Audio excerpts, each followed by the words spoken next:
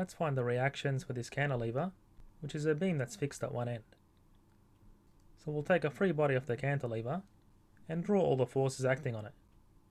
So we have a 3 kN force at the tip,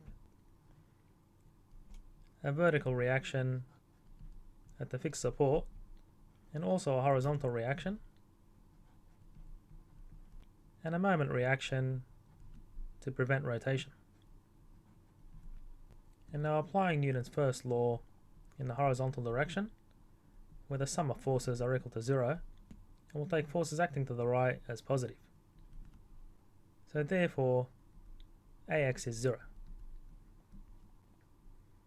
And now we'll take a sum of forces in the vertical direction, where the net force is 0, and we'll take forces acting upwards as positive.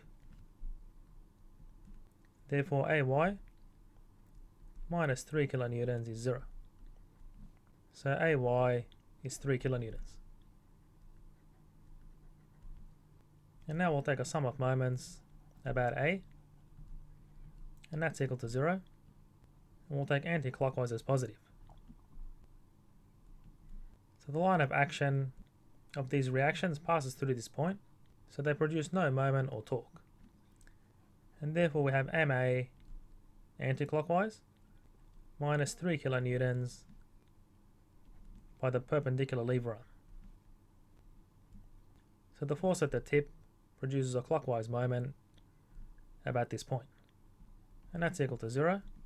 So therefore MA is 6 kilonewton meters. Please subscribe, like and comment to help me reach more students.